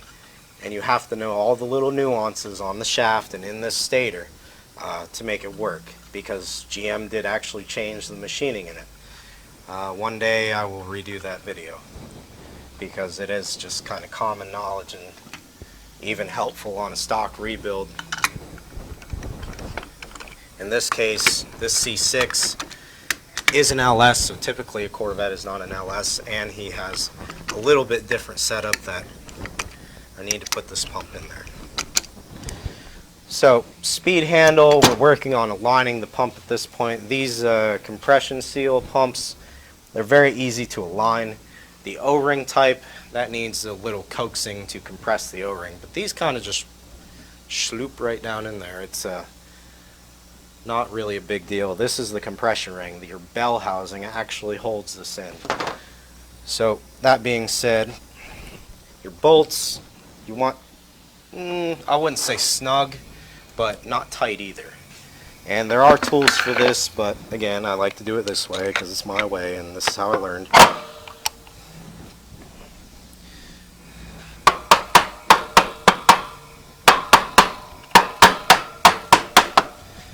And you'll kind of tap it in, or sometimes it just does it by itself till they sort of line up, and then you'll look simply down in the bolt holes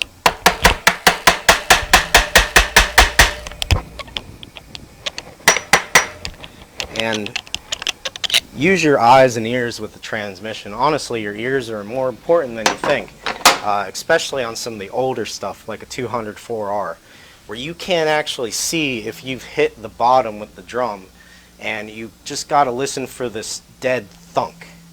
And that's pretty common in a lot of other models, but even this, you hear the dead thunk and use your fingers to feel. I mean, I know the screen's small and the light's bright, but that's moving so easily. I'm putting no effort into it.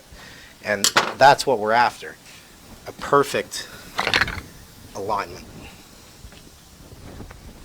You can just grip those two pieces firmly, don't undo anything you just did. I still haven't fixed my air chuck, so this is going to be loud.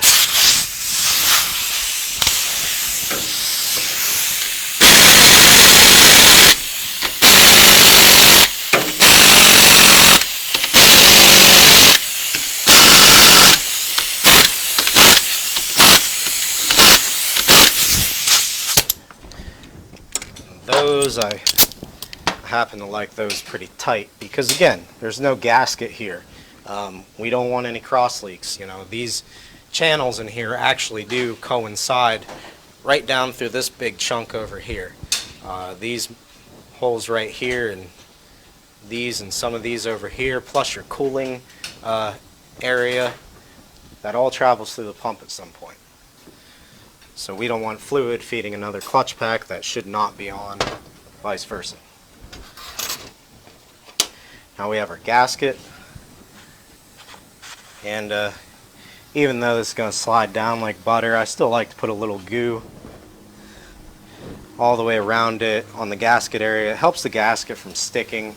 It also, ironically, sticks the gasket to it while you're putting it in. Make sure it doesn't shift and partially block any holes or anything.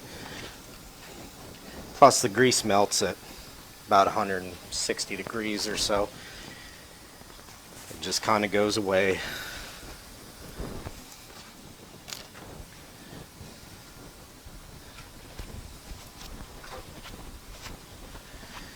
Then towards the end here, I'll shove a couple bolts on our cast pan here and let you guys see how she turned out, which I'm digging it. The black edition is something that I really put every little bit of skill and effort that I ever had into. I mean, it's the best, so it's got to be the best. Alright, on the back of the pump stator here, just a couple things before we set it down in there. A little grease around your stator will help these rings kind of, If you're using solid rings, it's not too much of an issue, but I like the scarf cut rings for this section because they do tend to expand a little more than the solid ones, which I do like, because reverse housings I've seen can be different. So you'll need that flexibility on the input drum, not so much, and solid rings, as that's where the actual shifts in gears fluid to your 3/4 and forward and overrun is traveling through. That needs to be pretty firm and solid. That's why I use the solid rings. These, it's more or less, don't get used like that. A little grease in the stator helps. And our pump washer here. Alright, setting it all down in.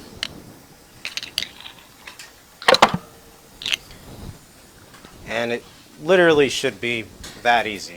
I mean, it's down. You can hear a down solid.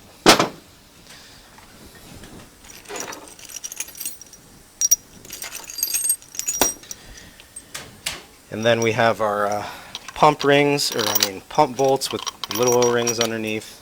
And those are one of those little things, again, I was talking about that matter quite a bit. There ain't nothing more annoying than bolting up your transmission and it's leaking somewhere in the bell housing and it's from a bolt hole. Well, that's why. So it's extremely important that those are there.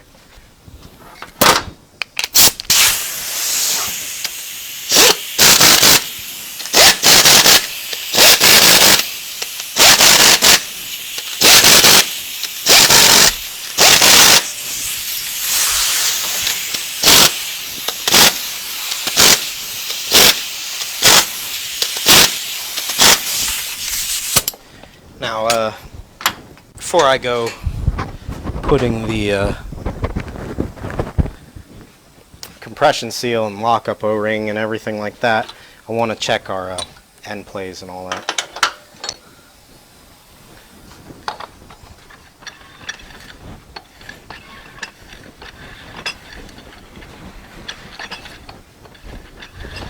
Beautiful. Free spinning in the front. And if you give it a little tug, you can kind of see I have very little movement back and forth. It's like 10, not even 10 really. The 4L60, not very sensitive on the end play, but with the brake and everything, it should be rather kind of tighter than it normally would be. The other thing is our reverse drum and band clearance. You should be able to turn this output shaft by hand. Okay, if you cannot and it's binding up or anything like that, your band's probably too tight, or you have an end play issue, or even in this case, it's a good idea to go back through and poke those tightened up low reverse steels. Multiple things at this point. It's a little annoying to take it back apart, but nothing's going to wear in. That's a bad idea. So spin the output shaft, push and pull on the input, spin it, make sure everything has basically stayed the same when you put it together. Free spinning motions. Alright, now that I know that's all good, we'll do a couple seals here. Compression seal. Not real critical. I like to tap it in so it doesn't fall out, but really that's the bell housing's job, not mine. Our front seal.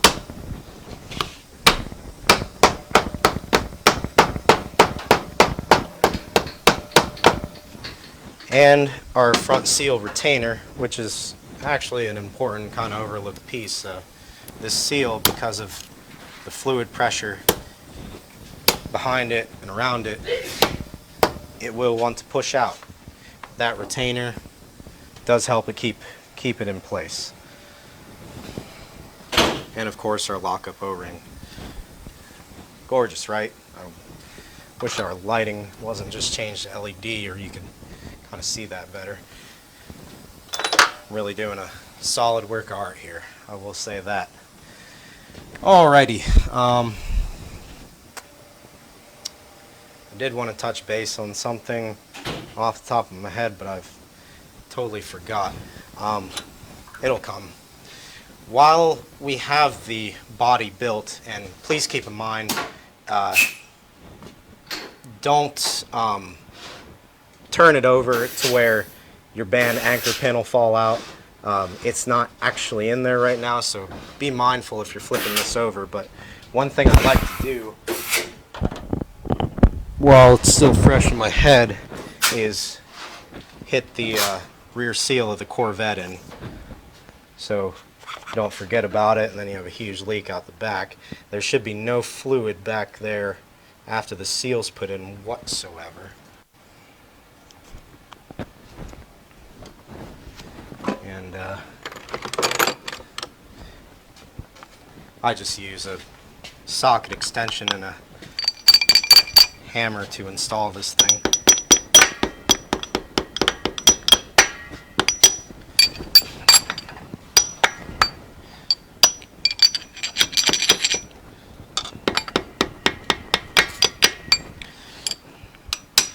Once you get it seated, there's a kind of a beveled ridge.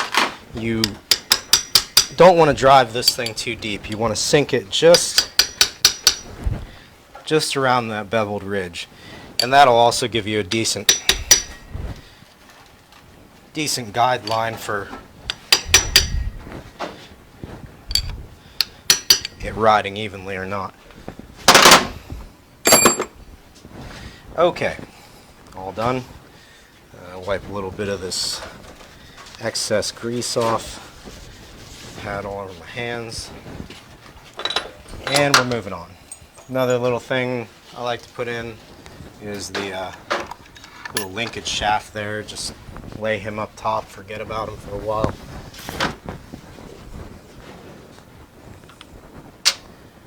Okay, next thing, check ball in the case. You'll have a hell of a second if you forget that. Don't forget it. That's not a way to firm it up.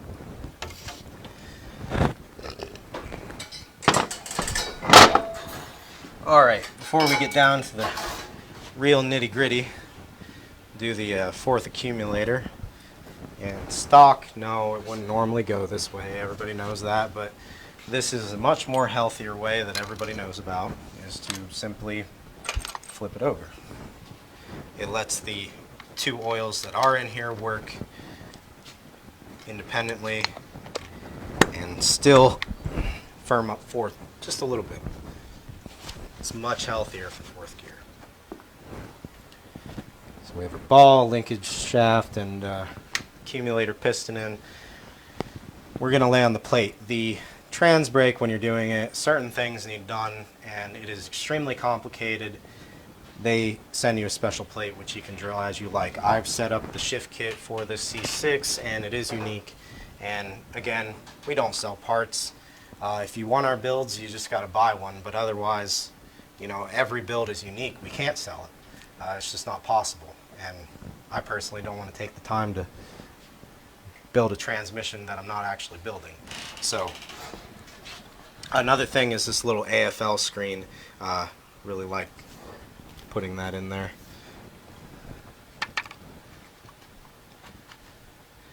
Just a little preventative measure that my boy Frankie has had the drill into my head for a couple days now. Small little details, guys. Keep your 60 healthy.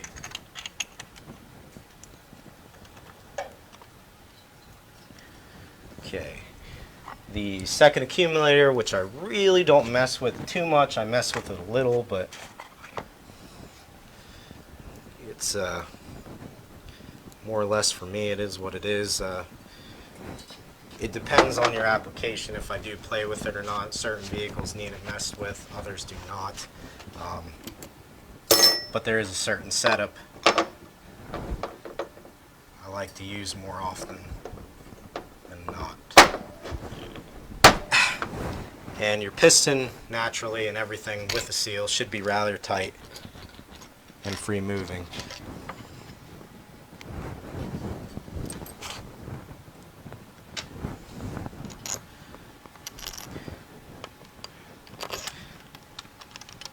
Now right next to it, I drilled through the case and put the Transbrake plug on the inside of the case, because I personally don't really like putting it through the pan. It doesn't look as good to me, and this is a little bit cleaner, it's nicer. All the plugs are right next to the big plug. Everything's just centralized and it's cleaned up, and we don't have the risk of a leak through the pan. It's just a smart thing to do. A couple alignment bolts. Really just 2 will do it. I just use the 3 long ones.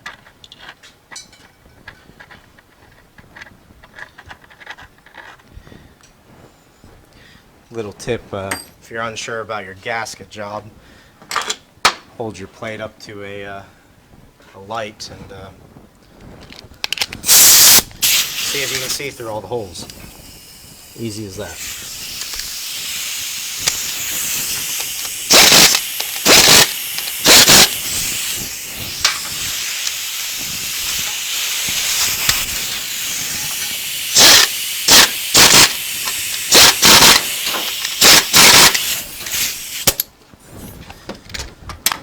All right, home stretch, guys, home stretch. Then you get to take a look at this beauty. Then she's out on the world to tear it up. All right, the valve body. Along with all the crazy stuff that we do to it, which is, it's a lot, as is.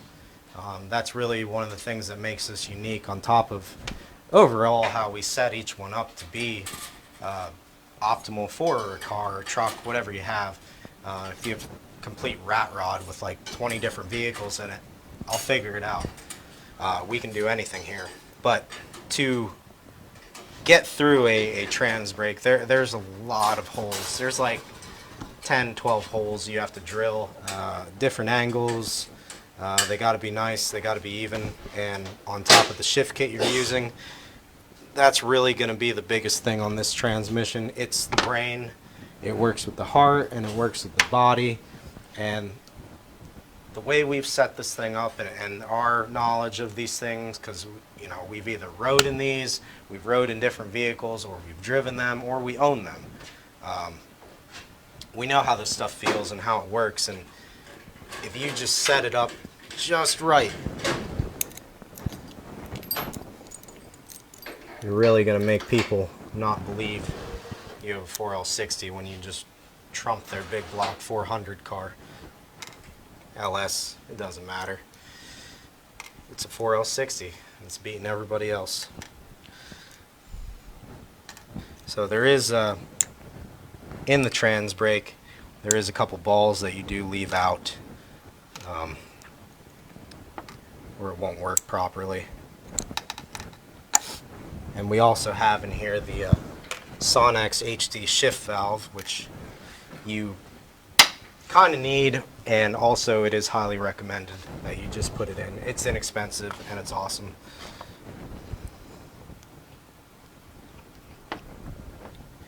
And a little grease to help hold these balls in. And then we'll go into talking about the actual Transbrake for a little bit. Buttoning this thing up. And hopefully getting it nice and tested on the dyno and shipped.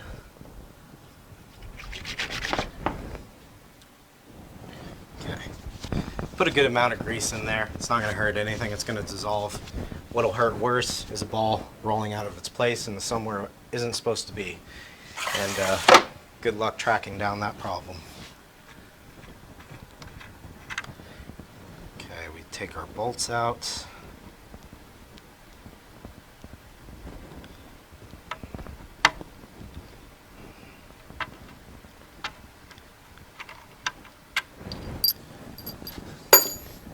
And for this, I normally keep this tensioner on it. For this, I've taken it off because we have to do a little extra when we're installing this valve body. So, valve body, incredibly important piece.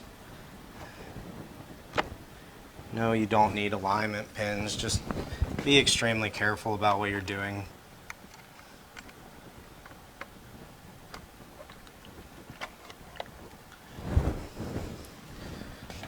Two hands are enough. And that's that. Now, before we go, let's fasten it down before we go distracting ourselves with a shiny piece of billet.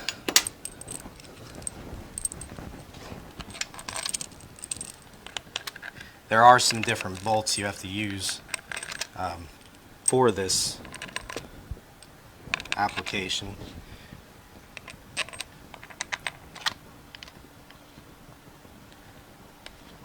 And this brake's a good brake. It is a D3 brake. And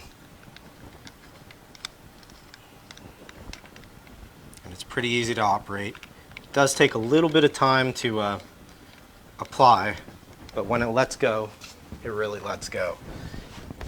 And that mostly is the most important thing. If you have a turbo, you're running high boost, it may take a little practice and the proper stall converter to get the hang of bumping into the line properly with it, but otherwise everybody loves this brake. They rave about it.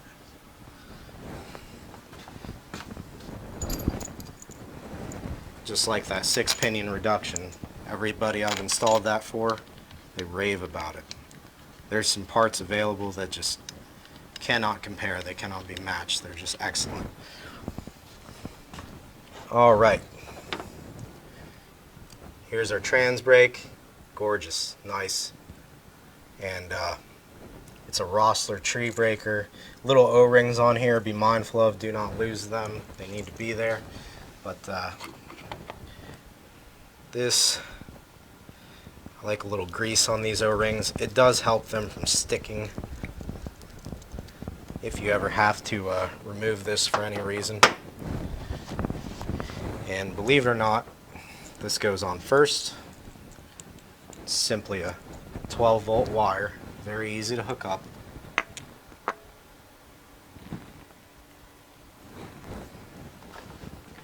And it looks gorgeous.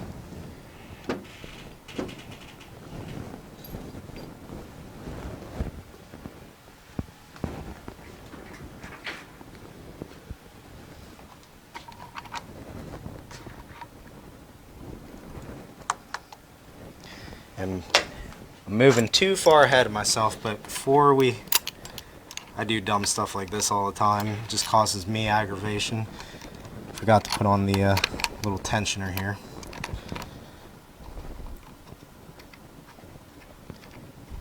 But that's an easy fix before we carry forward. There's a lot of pieces, so I'm honestly surprised that's the only thing I really...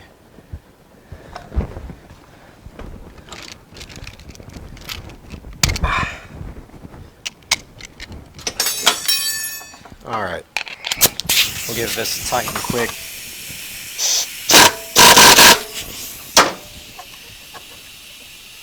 Now that we have some tension on it, the valve body's going to want to pop up, so we'll screw in one of those bolts, place the Transbrake back where it belongs. Try not to slide this thing around. The O-rings do kind of stick out a little bit, and if you clip one or hang one off, there's going to be a massive leak. These are the different bolts that you'd normally replace with those 2 short 8s and 3 long 10s. They're just a little bit longer.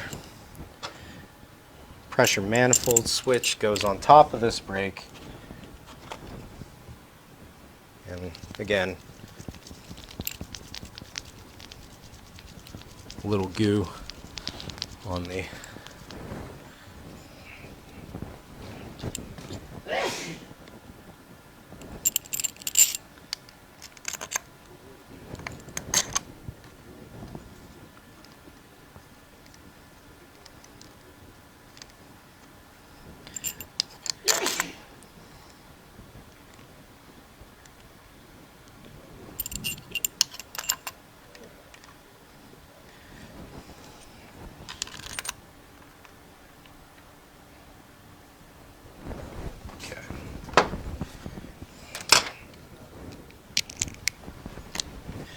Now I'm pretty much, this is another boring part, I'm going to drive all these in by hand and torque them all by hand, because on a brake that really is something I actually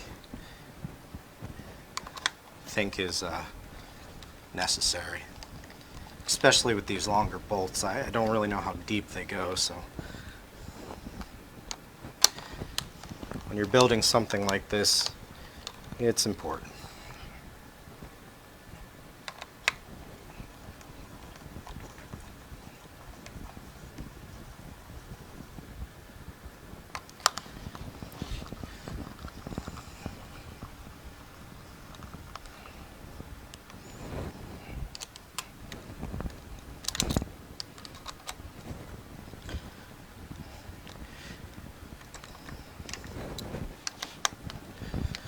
So that being said, I mean, we're at the home stretch. I hope I covered everything pretty extensively. I think I did. I talked about as much as I possibly could. And glad to kill the mystery on Transbrakes and our little 4L60 here. If anything, it's a gorgeous, great modification. It's a little extensive to install, but once it's there, it's there. And we're more than willing to add this on to any of our black editions or a level 3. I really don't want to do it to a level 2 just because our drum is not sleeved, and a sleeve drum, I think, with this is essential. Especially if your car is pulling the tires, which most of the ones I install this on do. And again, a little reminder, check out our t-shirt store. You can rock some of this badassery. The one I'm wearing is my own custom shirt, but it will be coming soon. My name may or may not be on it. The signature will, but the sleeve might be a little different. So I'm going to get our torque wrench here. And it's just stock torque specs, which is basically maxing out my torque wrench. Oh, inch pounds, by the way.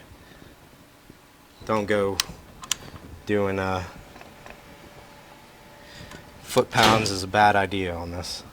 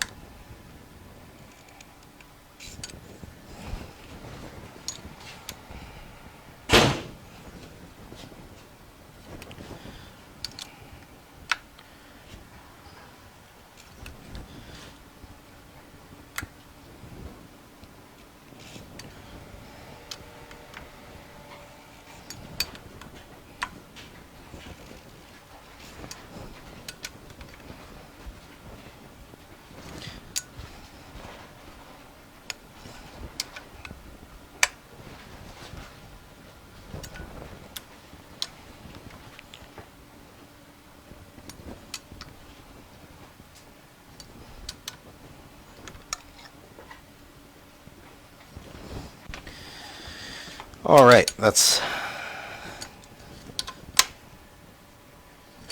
just giving everything the once over, as always.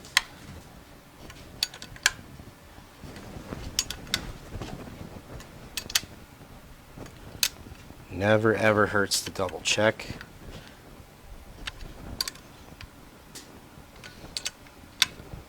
Then I'll do our little 8mm. Clean up some of our wiring.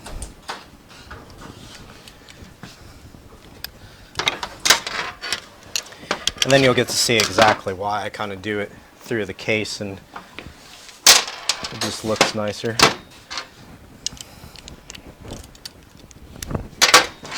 Alright, 3/8mm bolts, little tip, they go right here next to the shift solenoids and the second accumulator, because any other spot's going to lock down your Sonax Smart Shell in this case, or Sun Shell in any other case. And that's pretty common. A lot of people do that. Just a honest mistake.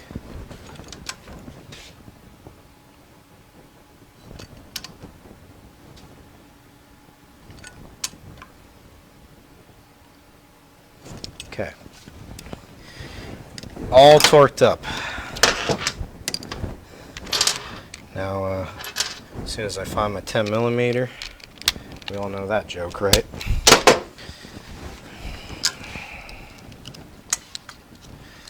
Alright, new harnesses are a wee bit stiff, so they do take a little coaxing to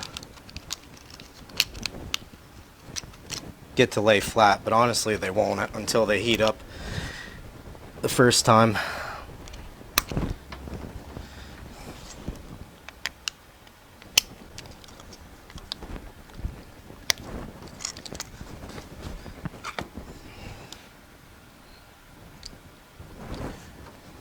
Little grease on our TCC solenoid.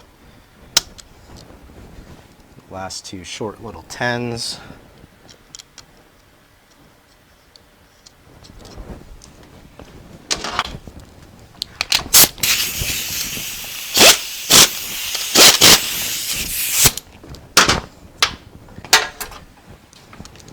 Then we'll wrestle this thing down and try to make it sit flat.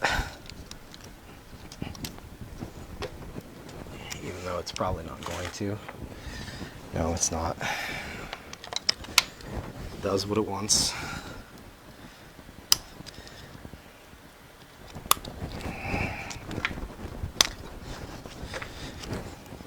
Alright, now this wire, since I've done it through the case, I have this kind of cleaner way of doing it. I wrap it around a few times because this wire is long, and that's okay, but you definitely don't want to pinch it in the pan rail or anything like that. So just a couple wraps, and I had one, maybe like a zip tie or something here.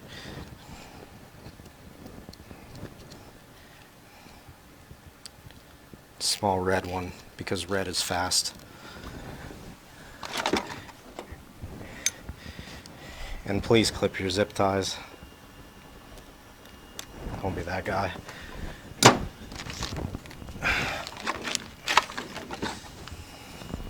Alright, I'm gonna, for appearance's sake, I'm not gonna put a filter and everything in it, because this pan won't work with our dyno because of the height, but rinse some of my fingerprints off, give it a little bit of the old secret sauce,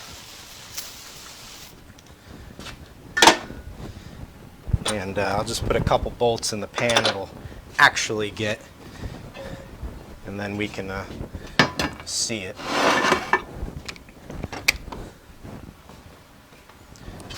Oh, also, we include, I'll get to this in a bit, but we include some new filling instructions for the Corvettes. It's because in GM's ultimate wisdom, they put the fill hole like halfway down the pan. Well, that's not enough fluid. Going back to what I said about the dipsticks. Again, this is for appearance, so before you all give me shit for not putting a gasket or a filter in it, it's just appearance. Don't want to scratch up his pan on the dyno. Just want to show you guys the end result.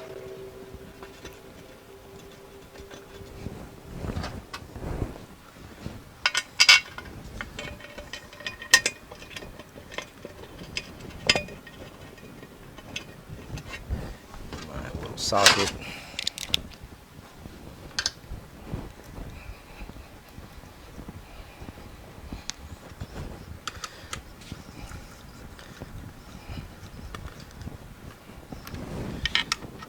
And of course, you guys all know I gotta sign this thing yet.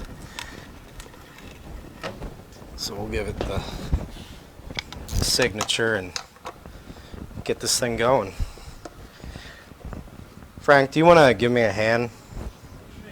I need you to help me lift this on the desk. I'm lazy, I need your muscles. It's got that extra deep. Oh, that looks nice. Alright, before we get going on that, I want to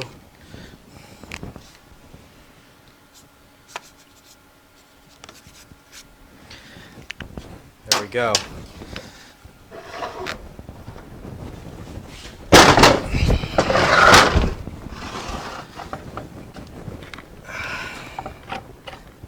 Take my hook off. We can see some little nuances I was talking about with the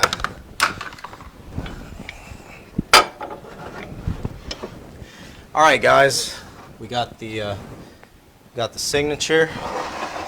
We have our little 12-volt Transbrake plug, our main plug. That's really nice. It's together. I mean, it works. I think it's a much cleaner way of doing it. Beautiful red servo. Nice Sonex billet output shaft. This thing is going to rip and grip. I can't do no better. So, that being said, the black edition is the Ultimate 60. Yeah, it's got a $5,000 price tag as of, 2019. But who else is building over 1,000 horsepower units that just don't fail? I think the money's worth it when most can't make it hold 700. So, guys, this is our best product, and please stay tuned for future videos. It was my pleasure building this today. It was a lot of fun, and I think it's going to be the only Transbrake 4L60 video on YouTube. So like, subscribe to our channel, and we'll keep doing more for you. We're all about having fun with this. Internet, it's almost Wednesday. Take it easy. Kill me, Frank. I'm done. Oh yeah, I'm still, okay.